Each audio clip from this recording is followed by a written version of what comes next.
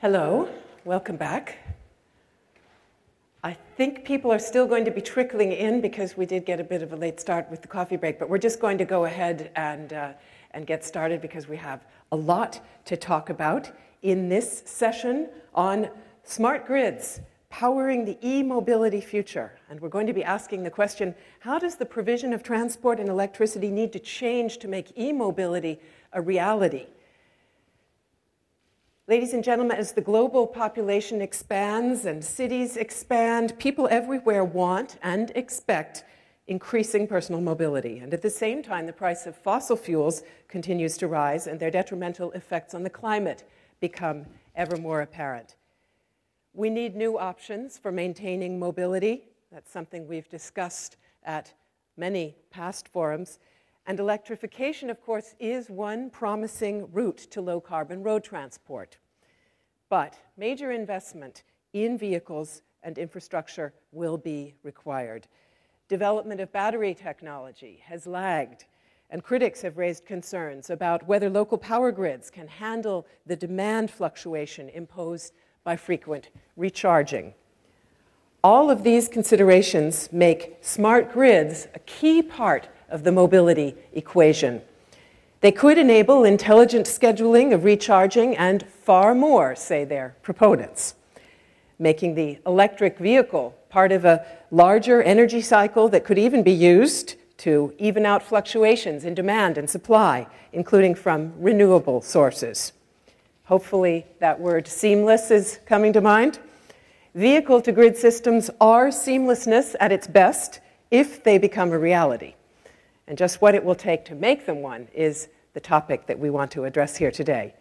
In the next hour, we want to examine, and we want to examine it not only with our panelists, but also with you, ladies and gentlemen. So I'm going to be welcoming your questions during our session. If there's something that you want to add or a question you want to raise, please do just put your hand up and be sure to tell us who you are when you do that. As I say, in the next hour, we want to examine where we stand on the deployment of smart grids, integration with electric vehicles, and what innovations are in the pipeline.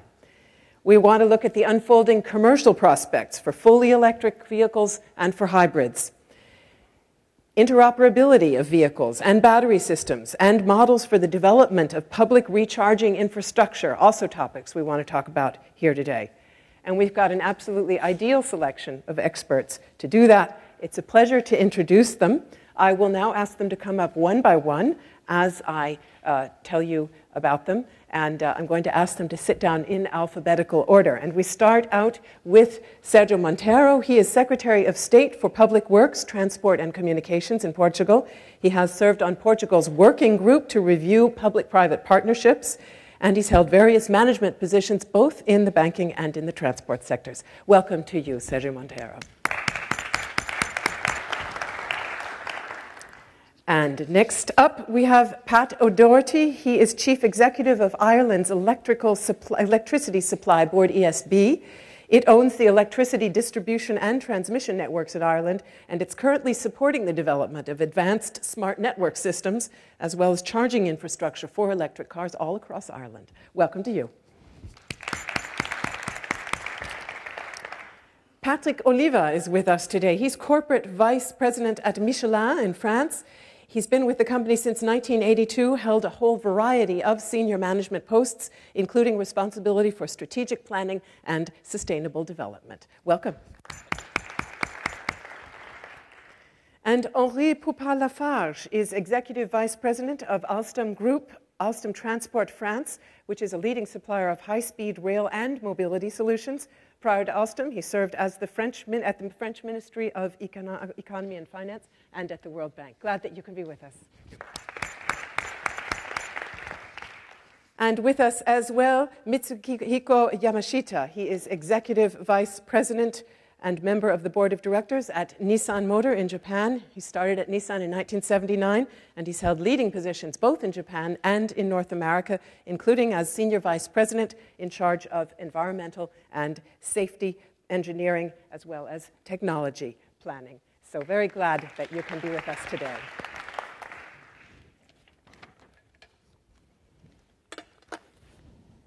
And I'd like to start out by asking each of our panelists to talk a bit about where things stand in terms of smart grids, integration with electric vehicles, and promising innovations.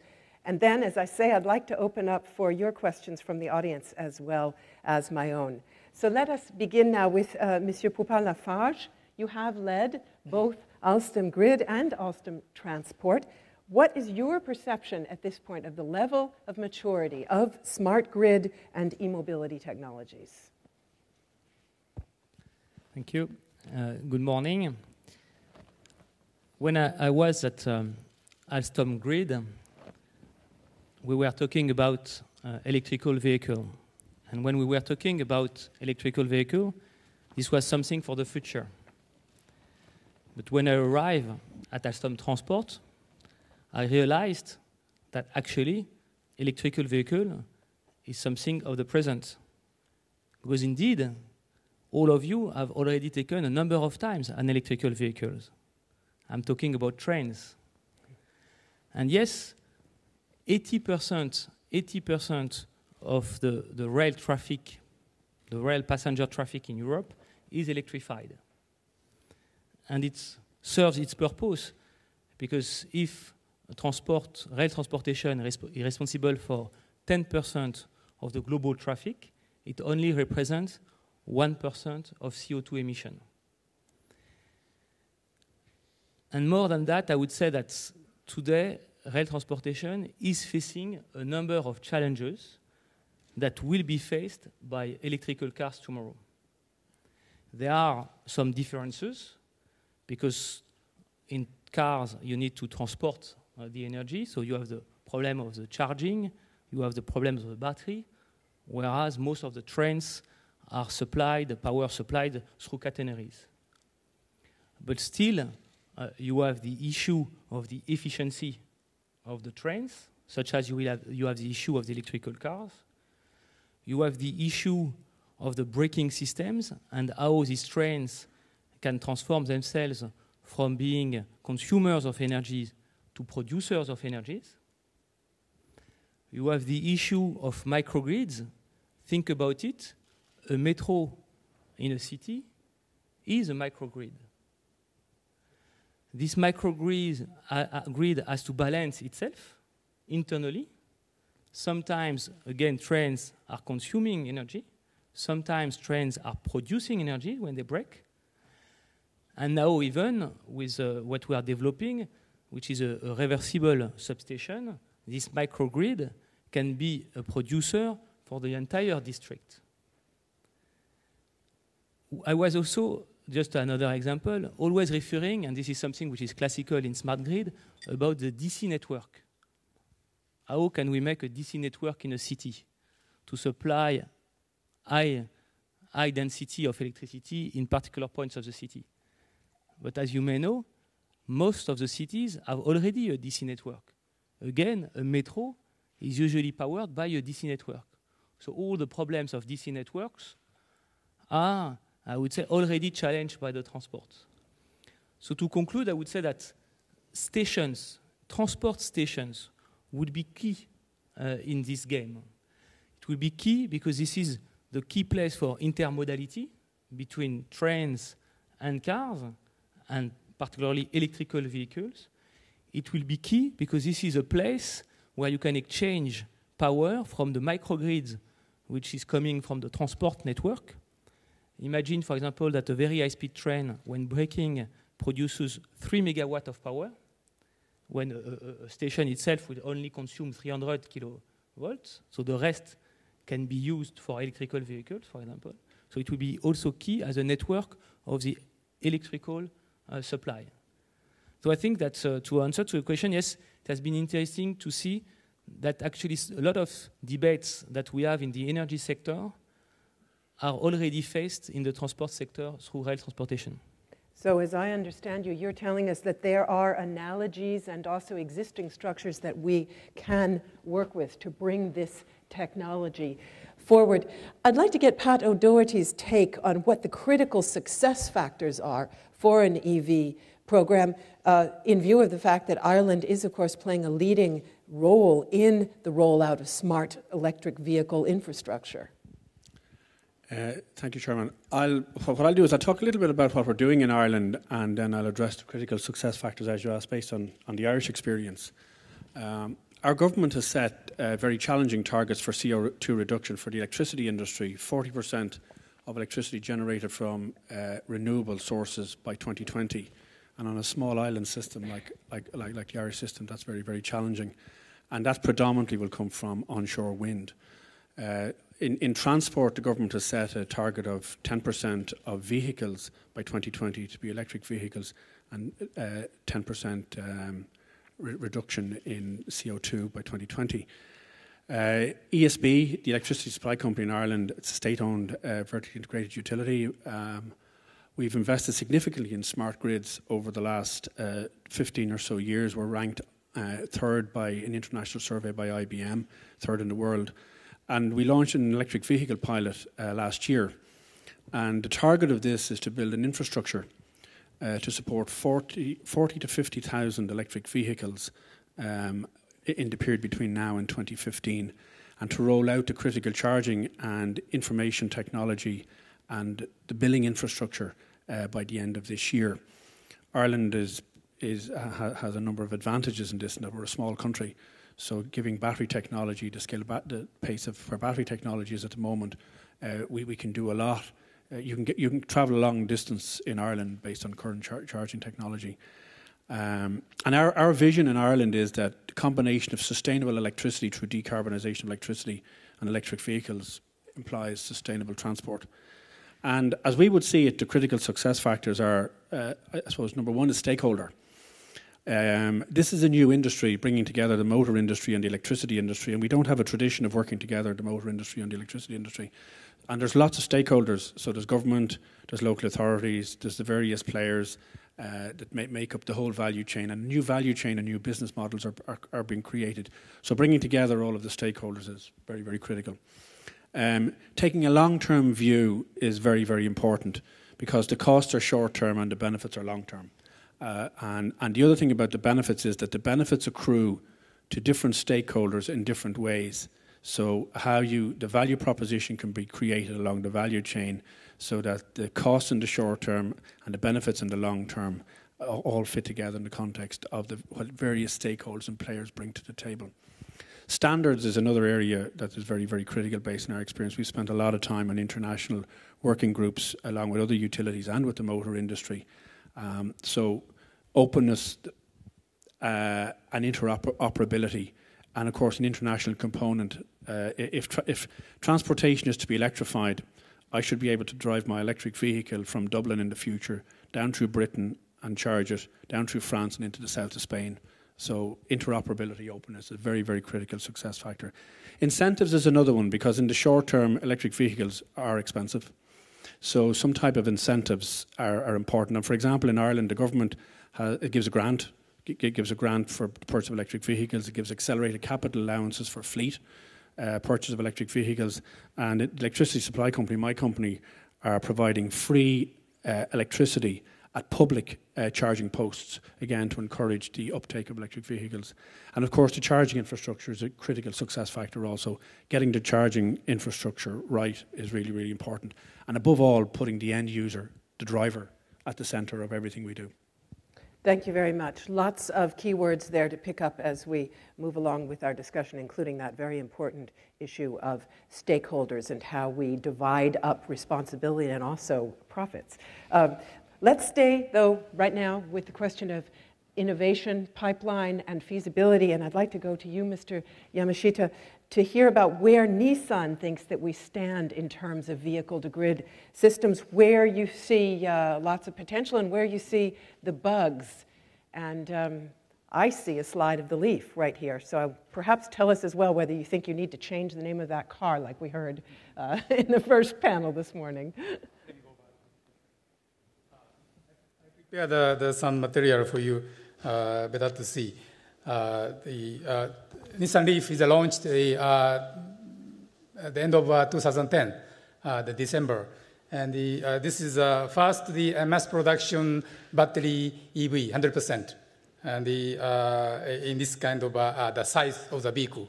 You may have a smaller vehicle before, but this is almost the so-called C segment full-size vehicle with 5 adults the capacity of the seating. And this vehicle, as you know, like, or maybe they discussed before, driving range is one of the concerns. But this is a 100-mile driving range under the US the driving mode. And if we have the Japan driving mode, it's at 200 kilometers. But actually, when you put the air conditioning on, or rainy day, cold weather, you cannot drive that distance. That's kind of, you say bad, but actually we have to overcome. And actually the vehicle carries a 24 kilowatt hour lithium-ion battery.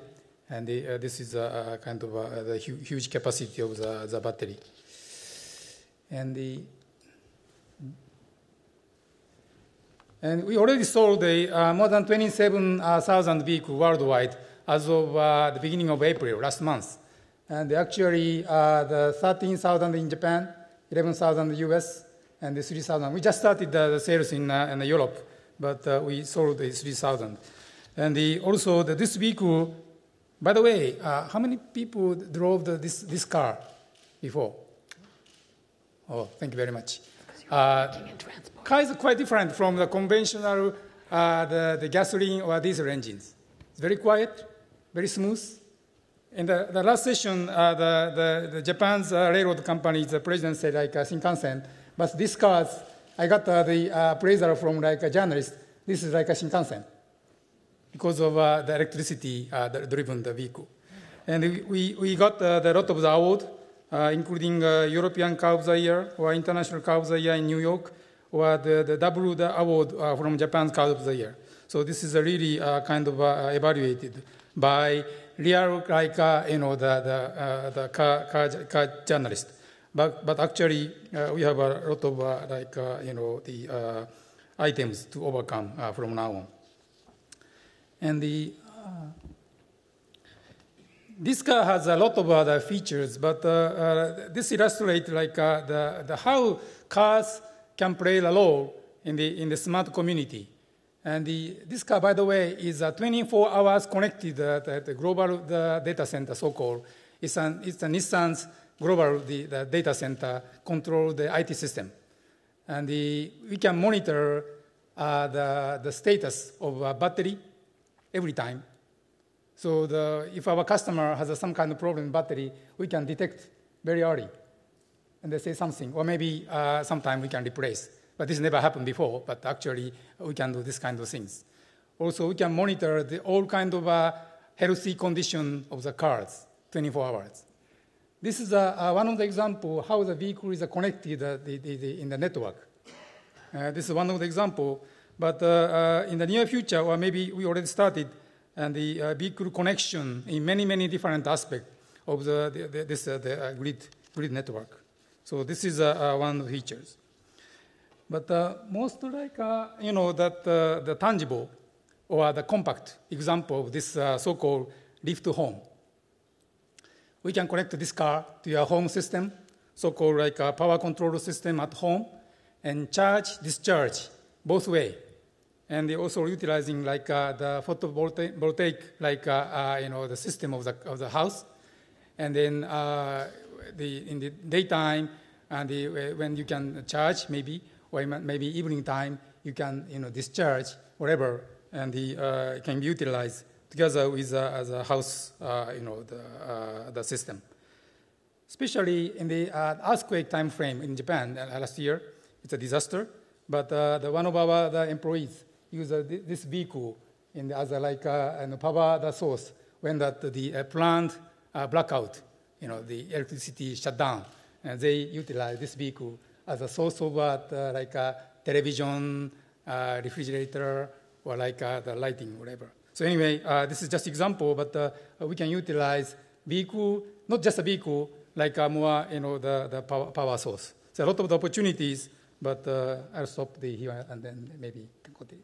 Thank you. Thank you very much. Lots of big visions there. You're all very bullish, of course. That was to be expected. But the fact is, this is going to be a long-term proposition, meaning we're going to need to see long-term continuous funding. Sergio Monteiro, Many governments have been trying to maintain support for smart grid technology and electric mobility despite very tough austerity budgets, yours among them. But how difficult is that going to be for you to do going forward, facing those fiscal pressures? Thank you. Good morning, Melinda. Good morning to my fellow panelists. Good morning to you all.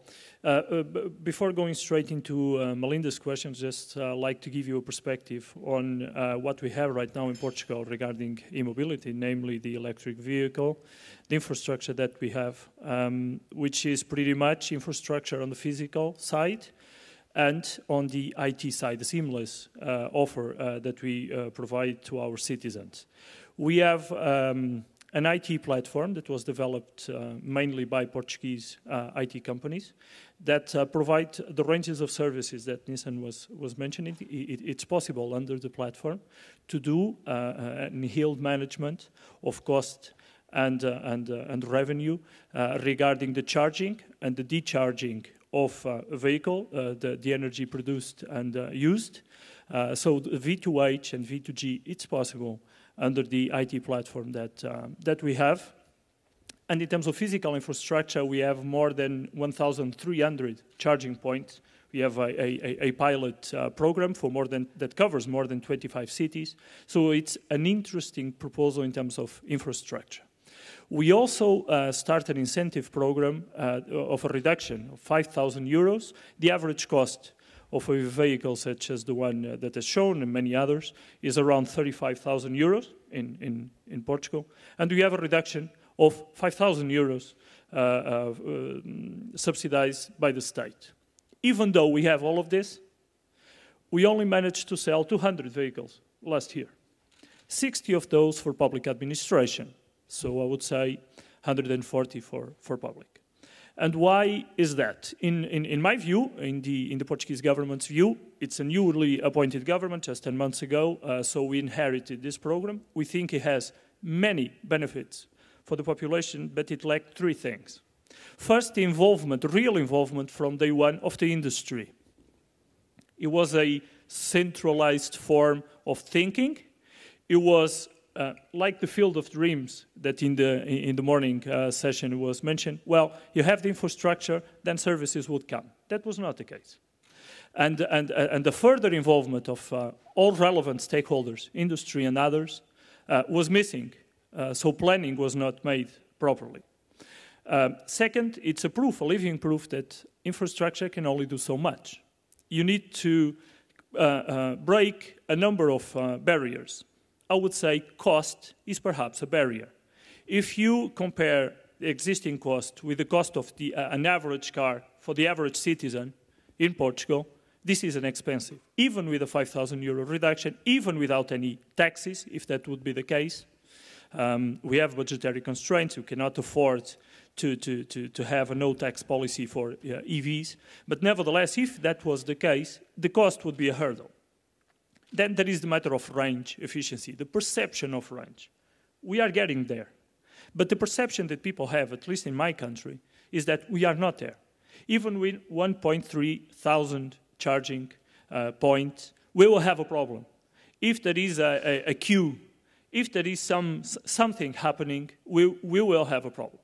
And I fully agree with the Irish minister in the panel in the morning, saying that selling this as a green proposition as a marketing problem. We need to sell this as a cost proposition, as a green proposition, as a responsible proposition, but also we need to include a number of other services. Why are we focusing on the ownership of electric vehicles and we do not think of a car sharing service for electric vehicles? Why we do not deepen the discussion regarding this car sharing? But as a government, we cannot lose a long-term perspective. Even though there are budgetary constraints that tactically oblige us to give a step back and to reduce some of the incentives, we want the EV to deepen, and we want to use the platform, the IT platform that we have created to really have a seamless transport system in Portugal. Meaning that intermodality is the only way that we can deepen the penetration of electric vehicles. The panel has started discussion by saying train, very important, and car, very important. But also the bus. The bus is extremely important. In the major Portuguese cities, natural gas is the way, is the fuel that buses use. But there is an electric bus proposition in Portugal that is currently being used and sold in Germany. Our IT platform is being sold and developed in Norway. So we have the capacity, we have the means, we have the innovation. We lack planning, and we are trying now to do our best to get all stakeholders on board. I will end my initial statement by saying, sorry for the representative of Nissan for me to say this, but the fact that Nissan has committed to a certain investment in Portugal for lithium batteries and has stepped out of that commitment, or at least postponed it for many, many years to come, does not help the Portuguese citizens and the region as a whole to perceive that the industry is betting clearly on an EV proposal, long-term EV proposal. These short-term tactics, I fully understand. We have our own budgetary problems. I'm sure that Nissan has thoroughly thought about continuing or leaving the investment. I'm just saying that we should also consider long-term perspectives when committing to those investments. Otherwise, we will jeopardize what was a huge effort from the Portuguese government in putting forward this infrastructure and try to get all stakeholders on board. Thank you. Thank you very much, and I will pass it right on to Nissan and also ask for a word from our two other industry representatives on the panel about what it's going to take to get industry fully on board here. And I'm wondering, when you address that, tell me, is there somewhat of a chicken and egg problem here as well? If industry is concerned about subsidy vulnerability, could that be one reason they're holding back? And I'm thinking, of course, of the solar power industry in that regard. But let's give the first word to you, Mr. Yamashita. Thank you very much. It's on. Okay. Subsidy is really important. We cannot live without the government support or like some kind of public support. So I really appreciate like the very kind of aggressive support from the government, especially the Portugal or like UK or maybe France. This is really necessary. And are you worried about how stable that is? Yeah, yes. But this is my personal opinion, but anyway. Well, that's I cannot hear. expect this kind of a subsidy forever, And you may have some kind of time frame, I don't know, 5 years, 10 years. But probably 5 to 10 years, we have to prepare something, like a cost reduction, more values. Without the subsidy, I think we have to go. That's our vision. But still, it's a little difficulty. This is like always a challenge of the technology we are always facing. And let me get you some kind of example, like airbag system. I may need some opinion from Mr. Oliver about the airbag system, and or maybe other like the car component. When we started the certain new technology, let's say price is just 100. It usually takes almost 10 years to reduce less than half. 10 years. This is a really average. So airbag, the starting time, we have 2 airbags, driver, passenger. Now we have 6, 7 airbags in the car. But as a matter of fact, cost is almost same now. So we reduce the airbag, the system costs quite a lot. This took almost the 10 years or more. That's a fact. But anyway, we can do the same thing for the EV. With like a very kind of a competitive like circumstances, a lot of the volume production, many factors is really necessary, but we can reduce. But takes maybe 5 to 10 years, I don't know. 10 years are a kind of average, but EV is a lot of the new technologies. I'm not sure that we can do it in 10 years. But during this time frame, we have to achieve this kind of goal. But during that time frame, I like to expect some kind of support from the government. And this is like not competition, but it's like almost racing, which comes first. One brief word, if you would, please, on this question about whether it's a hindrance to larger uptake by customers that it is marketed, the Leaf, as a green vehicle.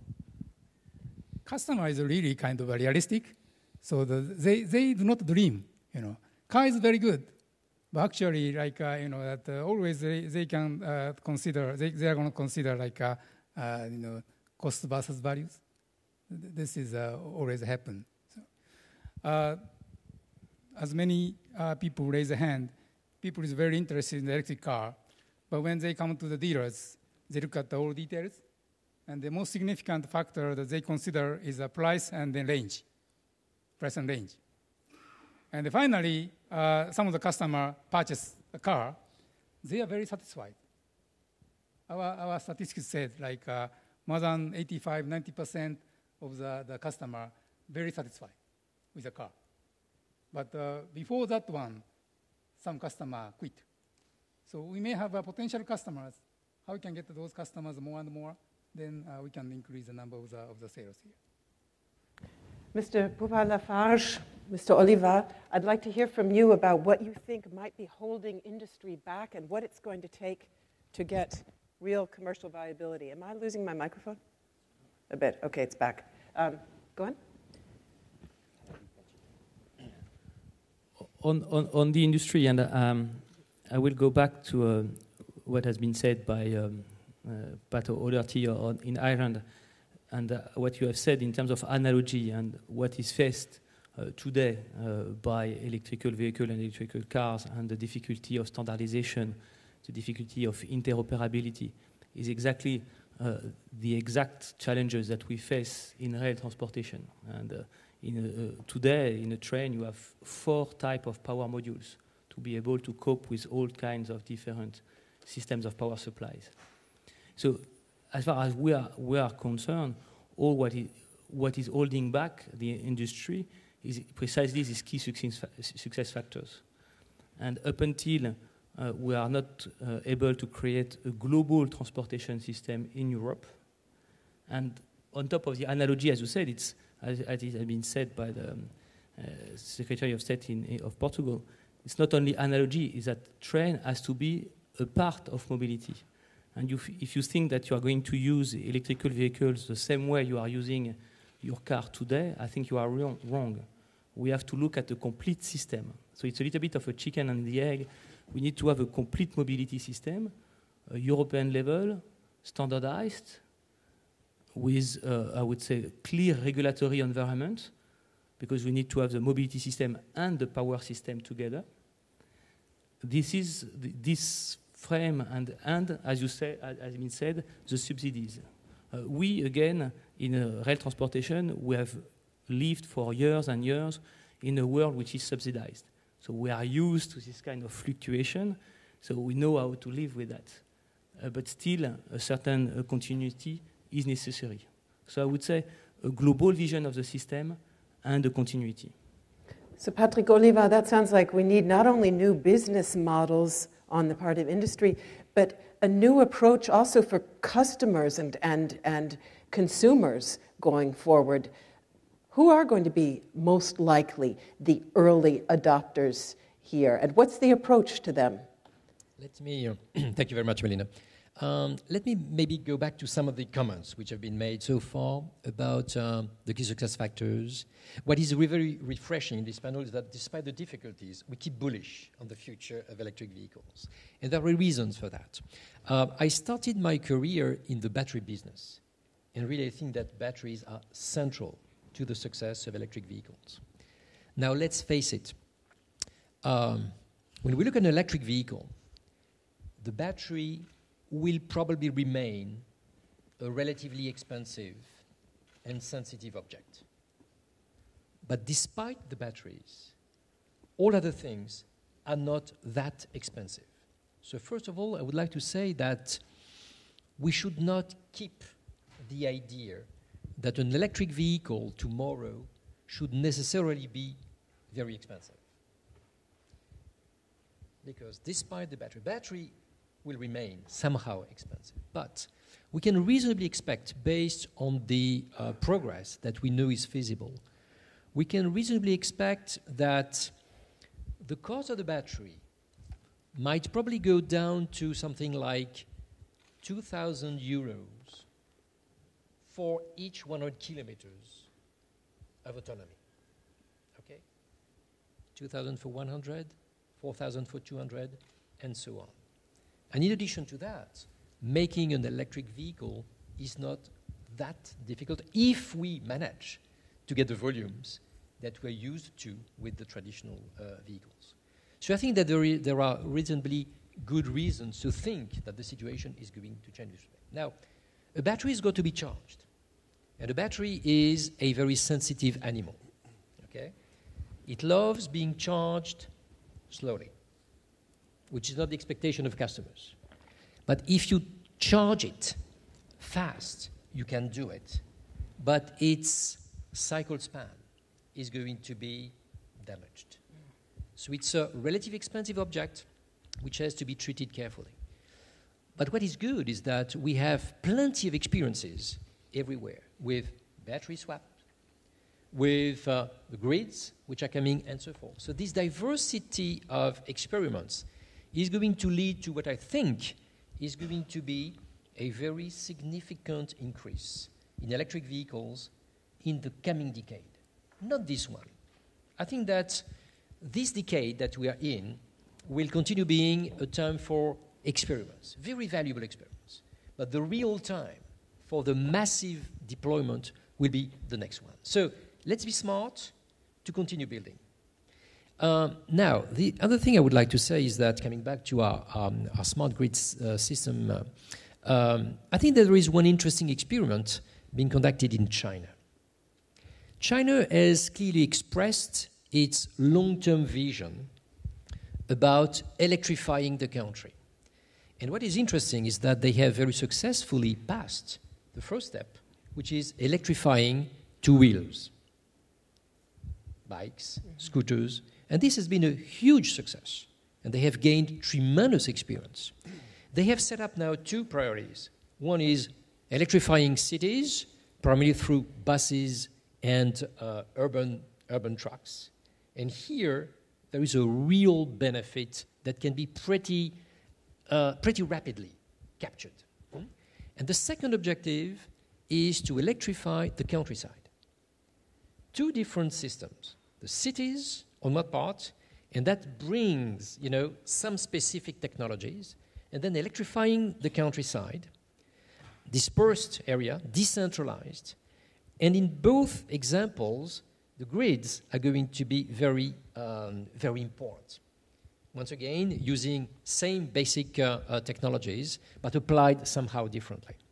But I keep thinking that, with these developments on the battery and the reduction in cost, with the multiplicity of charging systems, and once again, we need not to be monolithic in our approach.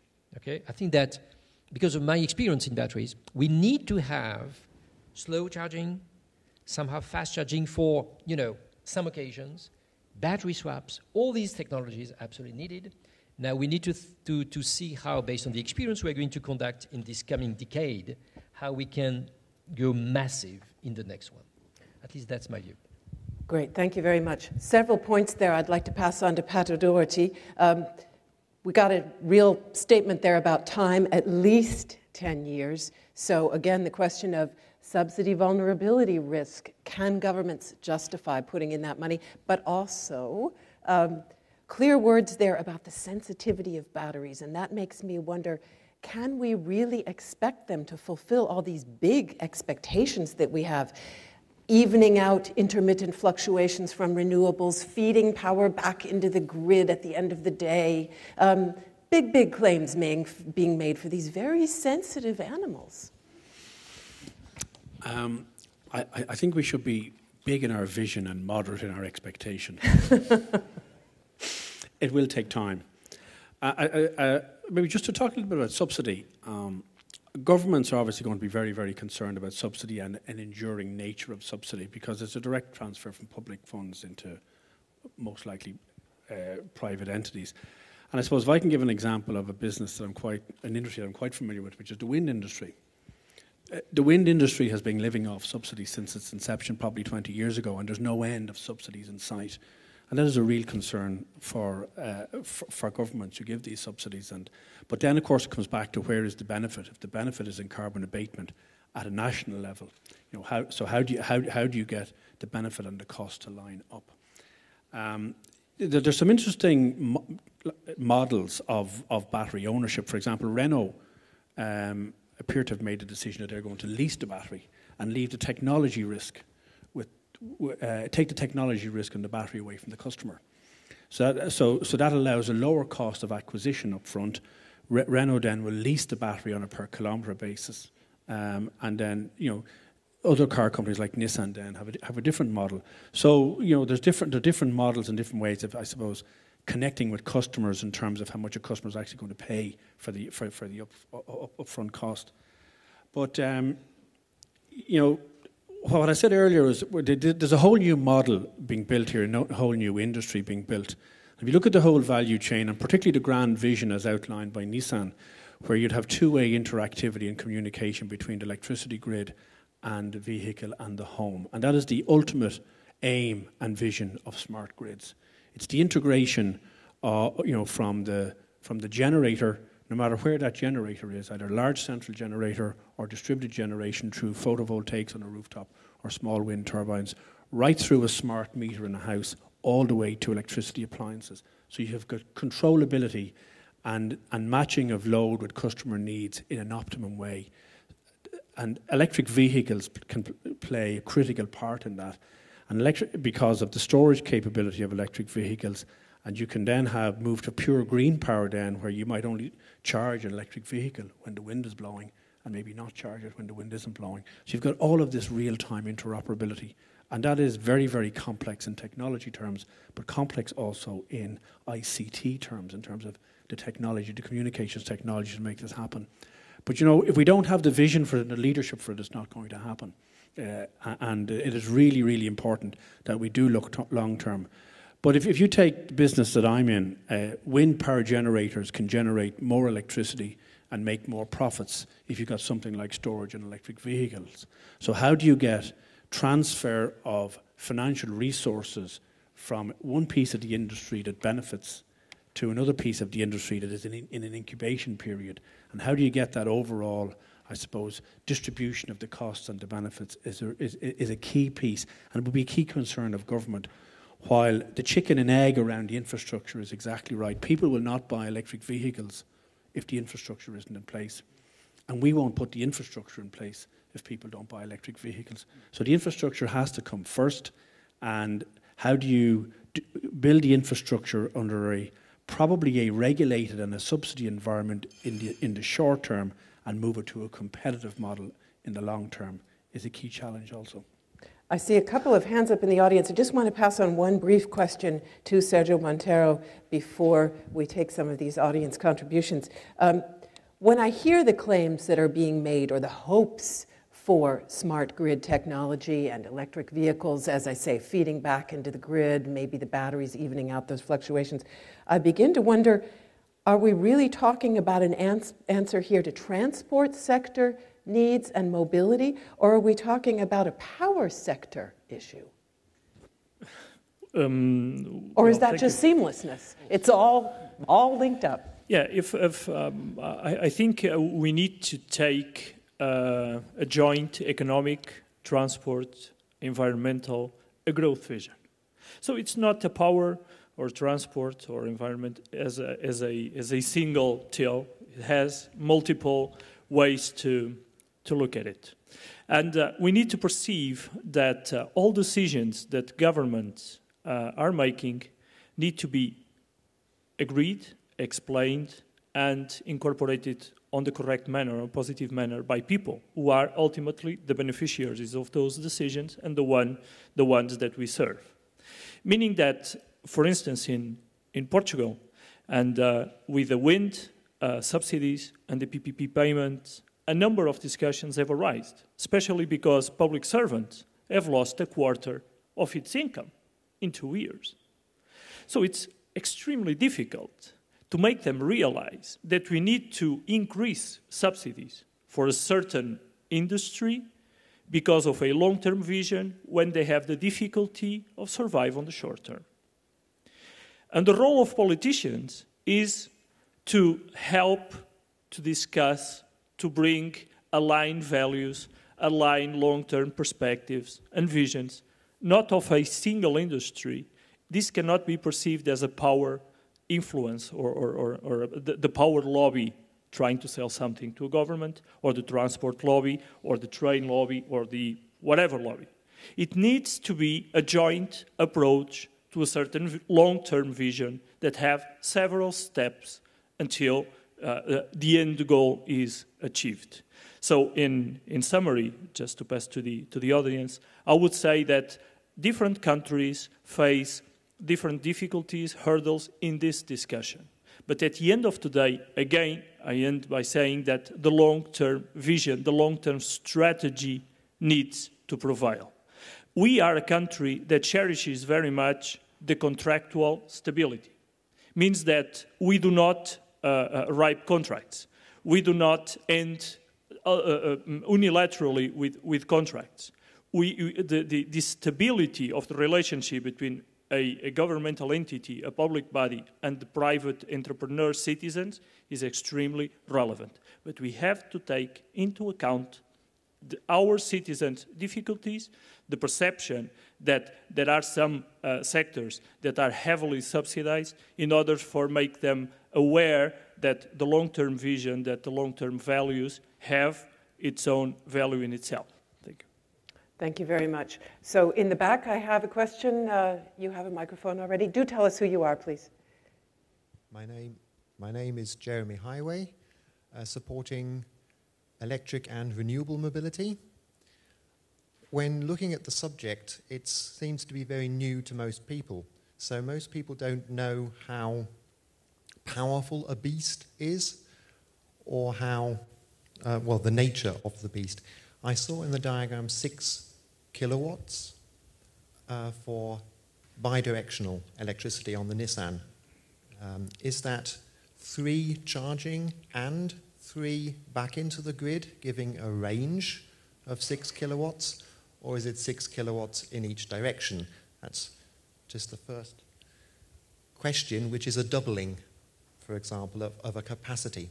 And also, does that constitute fast charging, or is that still considered slower charging? Because we mentioned, or it was mentioned, how batteries don't like being charged fast.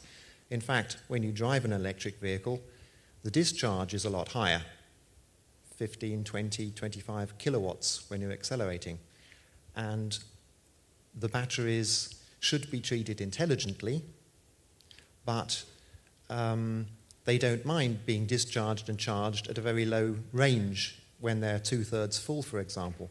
So you have a potential for grid assistance of at least 6 kilowatts just parked in your garage. So that could help the home balance its load. But then you have the further question, is in fact a balanced load what is required by the grid at that point in time, live? Because the grid itself in the future will be experiencing fluctuations from wind and solar power. So you need the intelligence of all the systems together, knowing exactly what the partner would like. And just one further point, who is going to benefit financially from improving the efficiency of this system? If I hold a door open for somebody, I only expect a smile or thank you. I don't expect to be benefited. But in terms of using electric vehicles in a smart grid context, I would expect as a customer some financial advantage for considering how to do it intelligently. Thank you very much. Lots of questions there. Let's start with Mr. Yamashita for these very specific questions, very good questions. What's long? What's fast? Okay, thank you. A lot of questions there. Could you go back to my slide, 3rd page? 4th page, maybe. No. You might still have the, really? yeah. No, doesn't move. Do we have a technician who can help us get back to the slides? Okay, it doesn't matter. Well, something's happening. Okay. Okay, thank you. Actually, this said like, no, doesn't say anything. But actually, this charge is 6 There's a 6 kilowatt on there. There is. There's a 6 kilowatt. Yeah. Here? See? Okay. This is a 6 kilowatt. Because of the Japan's, like some of the household restriction, the currency, the current, and also like voltage is like a certain kind of regulation. So that's why we designed the first one, this one. Two direction. No. I actually like charge, discharge, both 6 kilowatt. Okay. And the quick charge is I would say 50 kilowatt. It's like just charge direction, and the house system cannot receive this kind of high power the voltage. That's currently the restriction in Japan, and the Europe is a little different, a little higher volt. So you may have a little higher kind of wattage, but I don't know that exactly. That's the situation. And the other question is a lot of questions you said like. There was that very interesting question about who benefits and who pays. This was something that Pat O'Doherty also raised in his first remarks, so maybe you want to make a comment on that.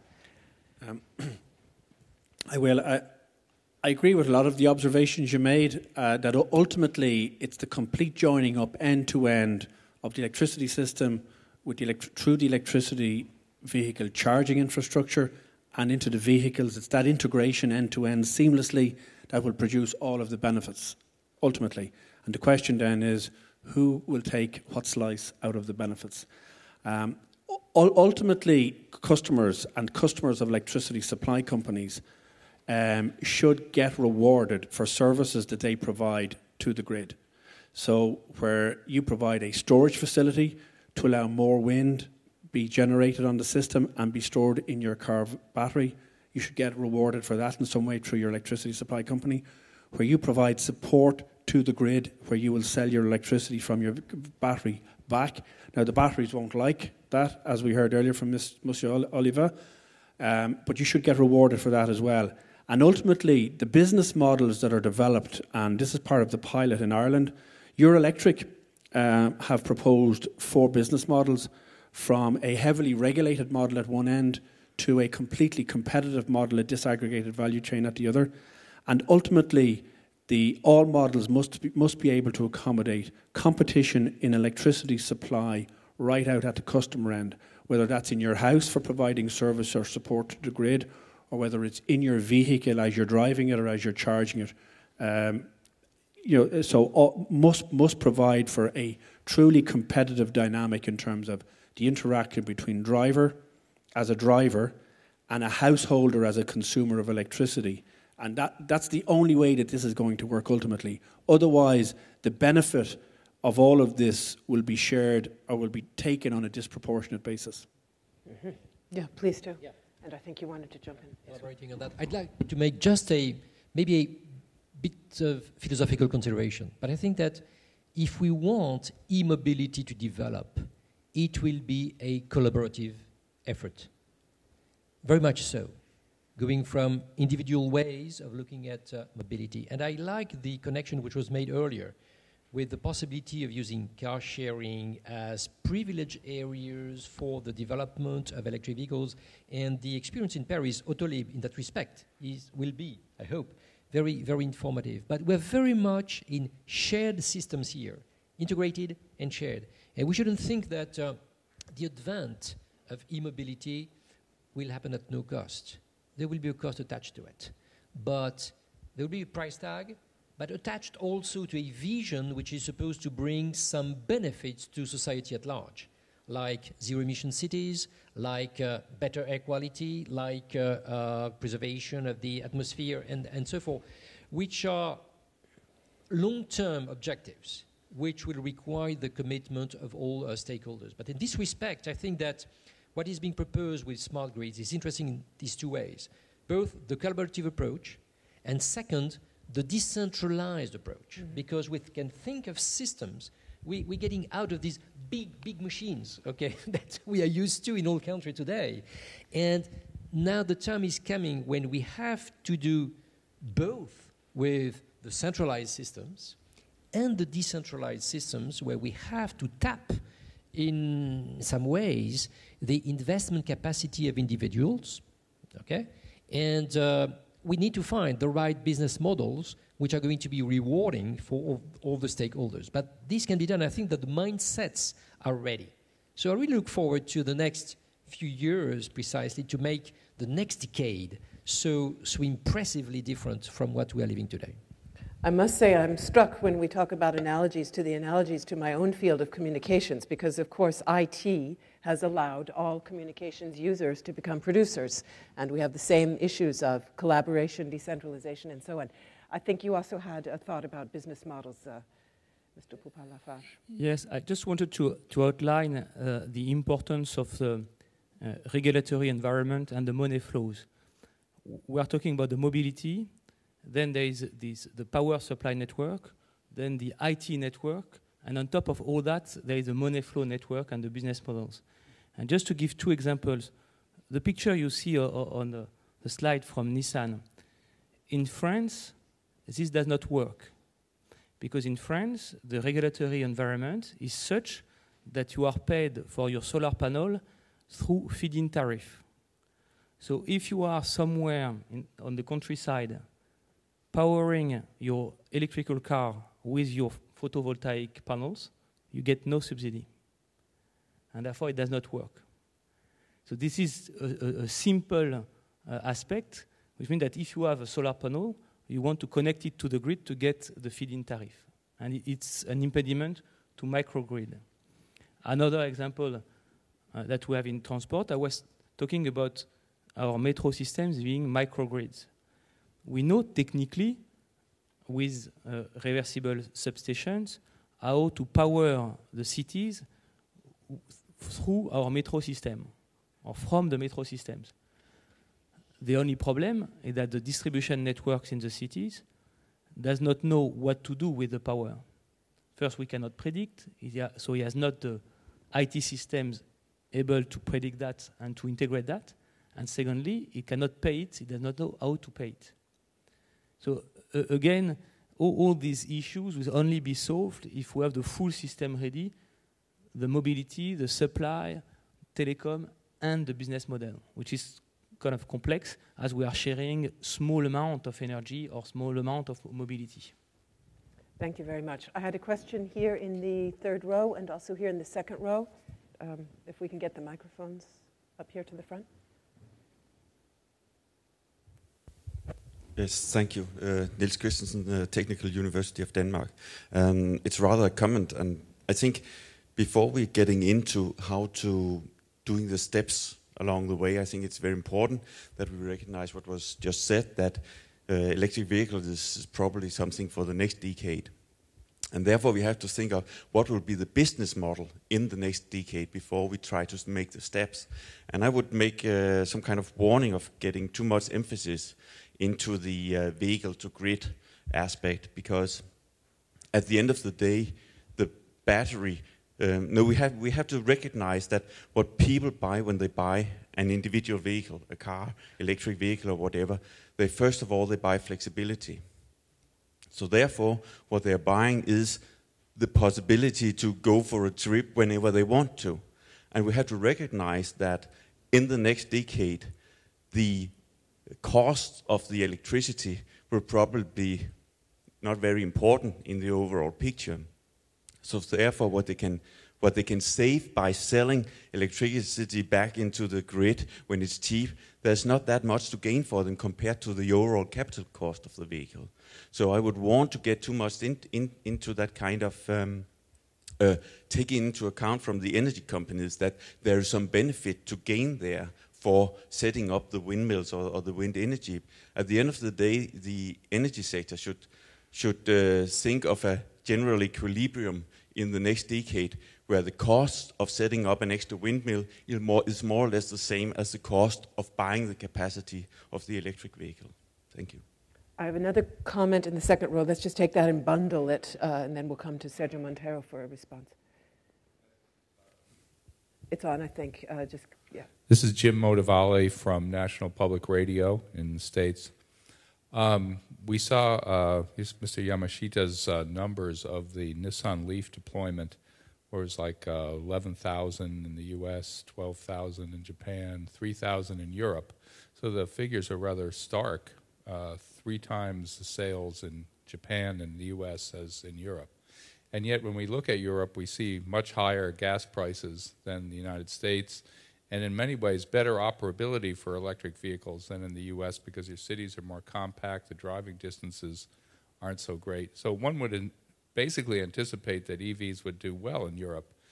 And yet, even if you look at some of the countries that have the heaviest subsidies, like Denmark, and we've heard pretty clearly the example of Portugal, where despite having 1,300 charging stations, they sold only 200 cars. So it does seem that the infrastructure is there in Portugal, but the sales aren't there. And I don't think I've heard yet from the panel why this is. And I would like to hear more about what's going on with deployment in Europe and why it's lagging behind. I mean, I understand that it's all for the next decade, but the cars are on sale now. The Leaf is out there, and so far it has yet to make much of a dent in Europe. Okay, let's start out with Sergio Montero on both of those points. And then Okay, thank you, Melinda.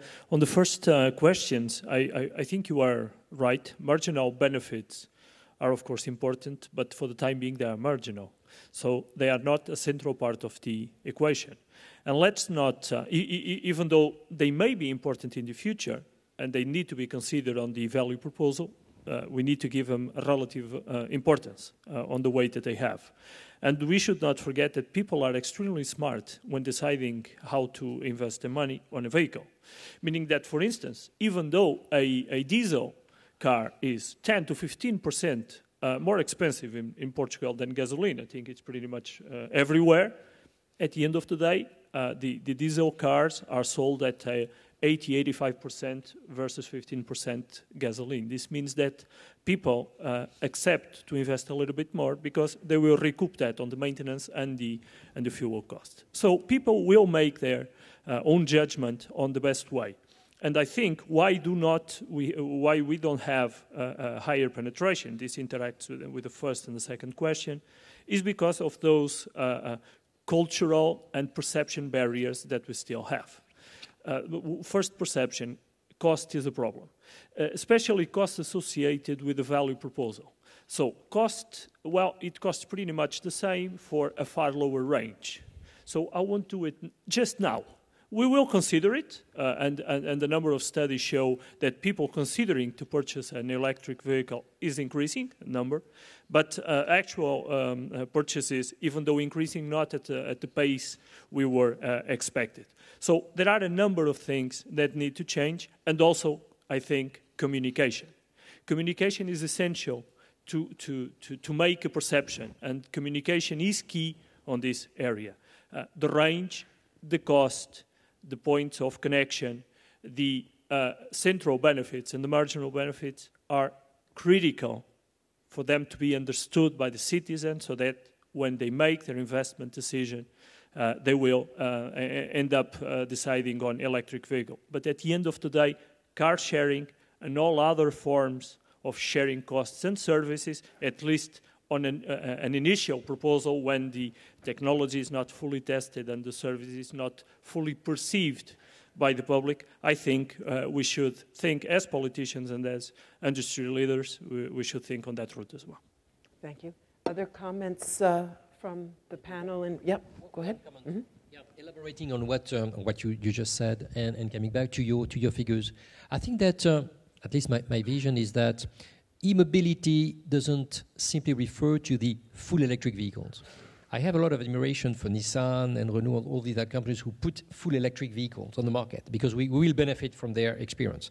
But I think that the field of hybrid vehicles, and in particular plug-in hybrids, is certainly going to help us actually bridge the gap between existing situation and a full electric situation. And I think that in this respect, we see new vehicles coming on the market. And once again, it's going to be interesting because coming back to the battery with the plug-in hybrid, depending on how many kilometers you want to make, you can get a battery with a reasonable cost. And the technology today of managing energy coming from the thermal engine, coming from the electric vehicle, is well under command. Okay, it's pretty seamless. So once again, I really see that we have all the ingredients to make sure that e-drive, or at least limited, okay, for a few kilometers, is going to make major inroads in the years to come. Thank you. Yeah. Again, could you go back to my slide? Let's just leave those Yeah, a Nissan lot of sides information there, up here. actually. We saw like, the 13,000 in Japan and the 11,000 in the US and the 4,000 in Europe. But this is like a really difference of like start of the sales timing. So Europe is probably growing, especially, I have to investigate more, but Norway, the Leaf is selling a lot. And because of the circumstances in Norway is really different from the other country maybe. And also the Japan, most of like the owner is like a city resident. They don't travel so long distance. Driving around like a house or maybe shopping and then not go far. And the US customer is really, this is a second car. Actually, they use this kind primarily, but this is a smaller, they usually have two cars. This is a smaller one. Larger one is a big, long distance SUV, whatever. That's a kind of very typical of the pattern. That's why we have this kind of difference. But I believe that Europe will catch up very, very quickly because of, as you described, the circumstances. Pato Doherty, did you want to add something? I suppose in relation to the first question, the gentleman from Denmark, I agree with you in terms of the two-way communication. Ultimately, two-way communication will only work and make sense where the vehicle battery is giving power back to the grid if the electricity companies make it financially worthwhile. If they don't, well, people will not, they prefer to leave the charge in their battery so their vehicle is available whenever they want. But in the first phase, one-way communication, as in charging from renewable energy, makes absolute sense, and you can accommodate much more wind and intermittent renewables on a power system with storage and electric vehicles is probably the cheapest form of storage at this point in time. But as I said, going to the ultimate phase two-way will only work if the customer benefits financially. I suppose in relation to the second question and uptake in Europe, our experience is that, okay, there's a marketing job to be done in terms of convincing people that there's a paradigm shift in mobility, and that's all about the infrastructure and the driving experience. We have purchased a number of vehicles, including Nissan Leafs, and we give them out to our staff and to our managers, and they really love the driving experience once they drive them. So there's a marketing issue there, but ultimately it comes down to cost.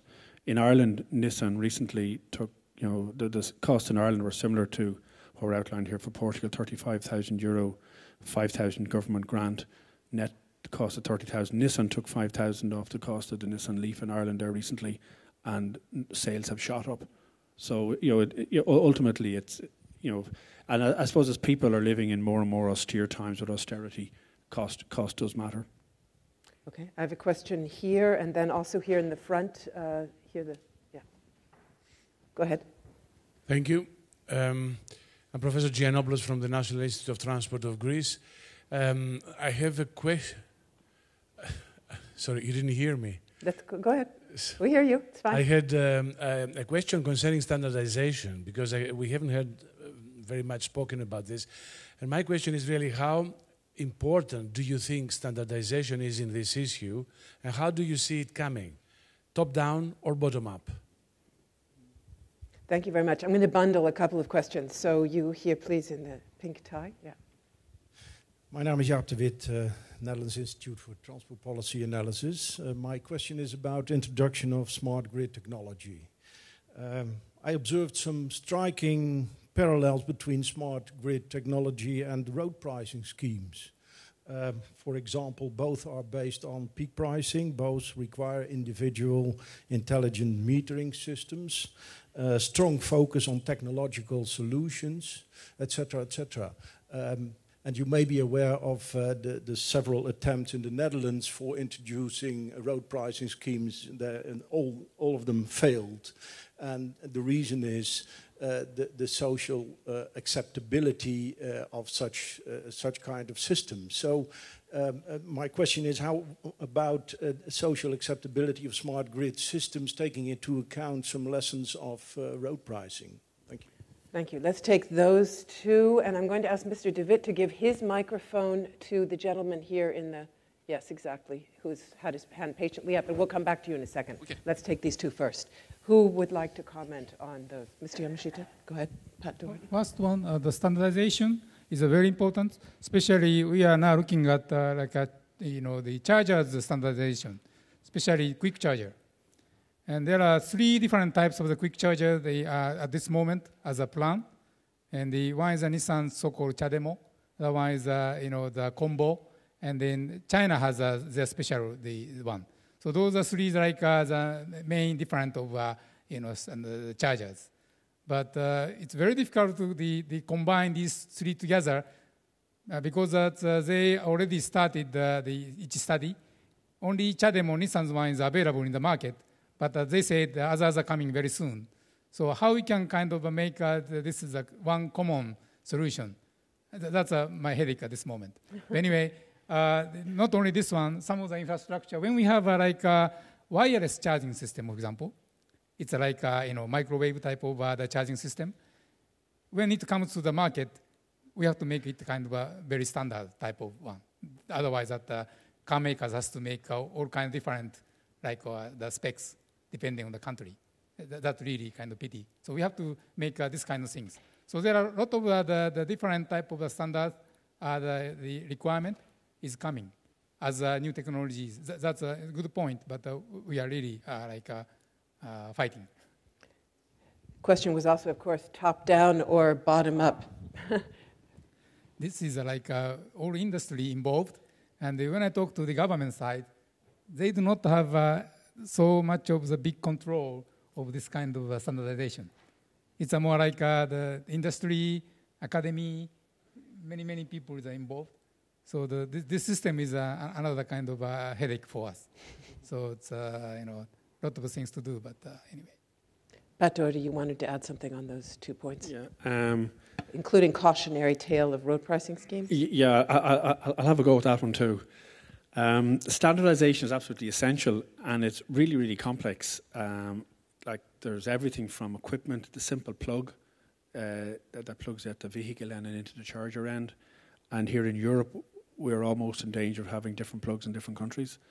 There's equipment, there's the specifications of equipment, and even down to some kind of a credit card fob that you'll have to swipe at a public charging post, and whether that's RFID technology or whatever it is, at the specification for that and the communications protocols. I don't think top-down is going to work. I think it has to be collaborative within industry, and that's going to take time. That's the journey we're going to travel. In relation to smart grids and pricing and I suppose the similarities between electricity networks and systems and transport systems and congestion and peak pricing and all of that. We did an experiment in Ireland, a smart metering experiment in Ireland, in a very, very controlled environment. We installed a large number of smart meters and did a smart metering trial over 12 months. And some interesting results have come out of it, that overall demand reduction has not reduced much, not sufficiently to justify smart metering, but what we did get was a significant shift, a 9% shift from peak to off-peak, and that's all about price. So again, it comes back to, it's difficult to shift consumer behaviour unless you make it absolutely cost effective for them. There's no point in me telling my daughter she cannot have her electric shower at peak electricity prices, because if she's going out tonight, she'll want to have her shower. But it really comes down to price, and shifting consumer behaviour and people behaviour is a slow and a difficult thing. It's kind of, I suppose, it's where psychology interacts with technology. And is most effective for those who are actually paying the bills, not the daughters. Absolutely. Here we have a question, and we also have a question here. Go ahead here, please, and then we'll come back. It's Neil Pawley from the Transport Research Laboratory in the UK.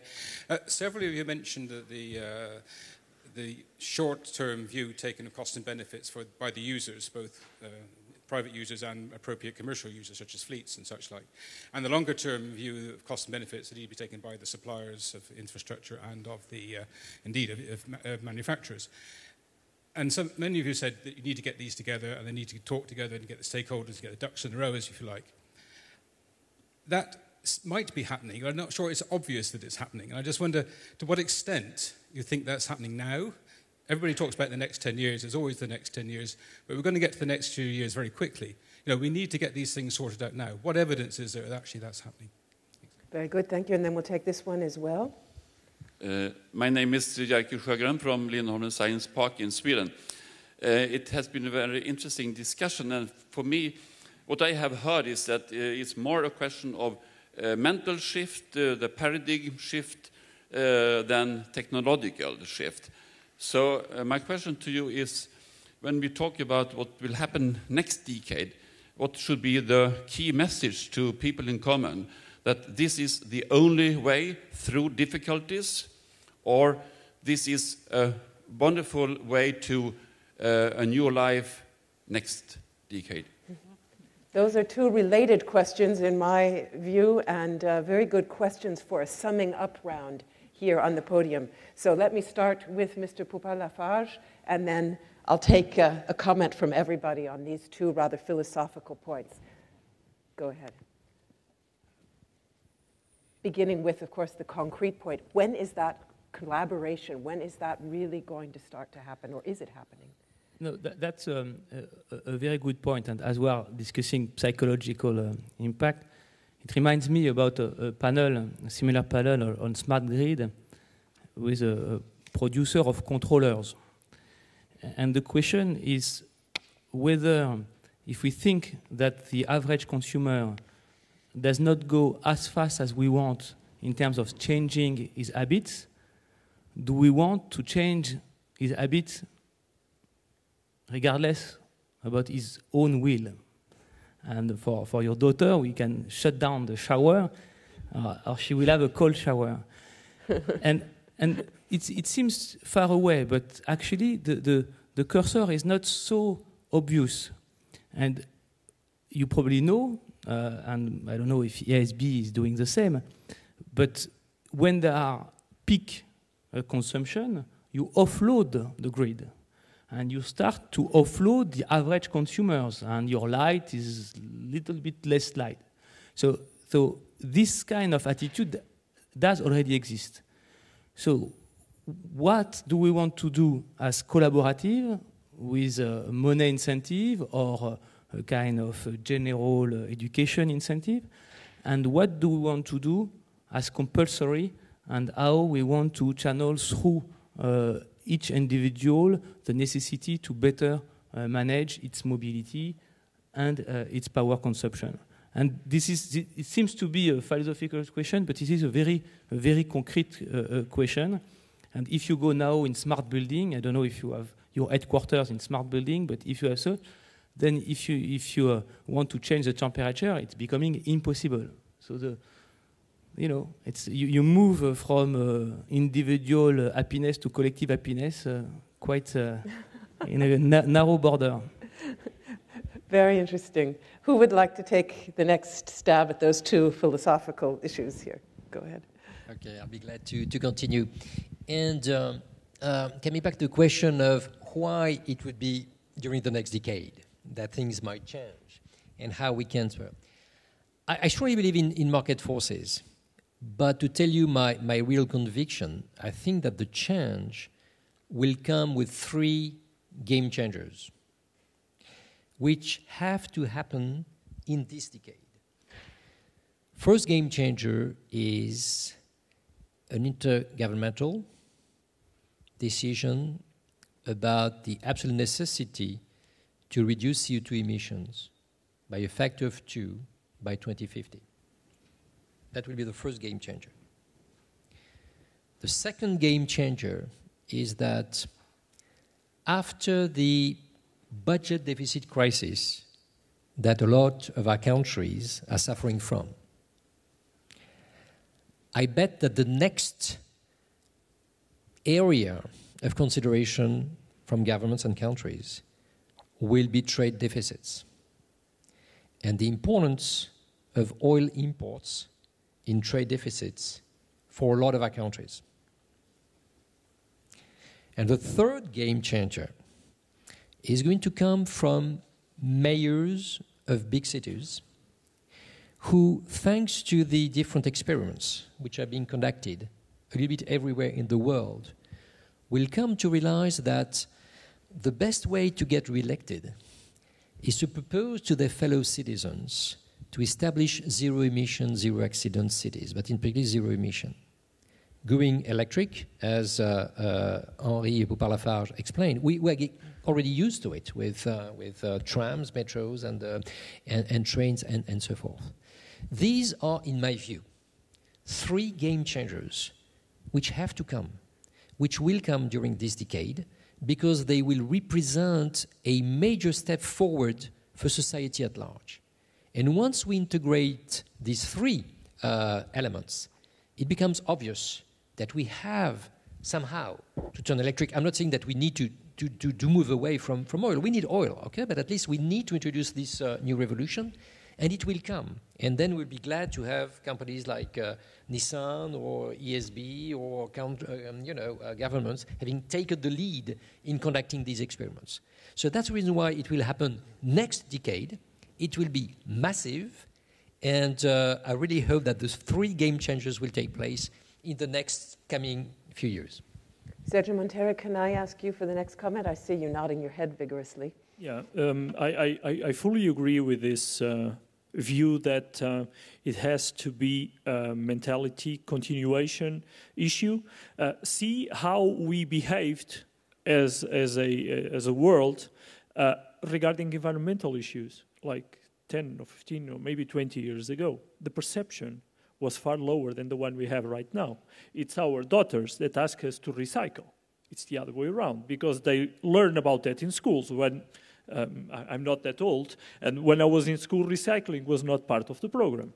So this means that the approach is to show the long-term benefits and to explain the short-term cost, or at least the cost of opportunity to have this sort of approach.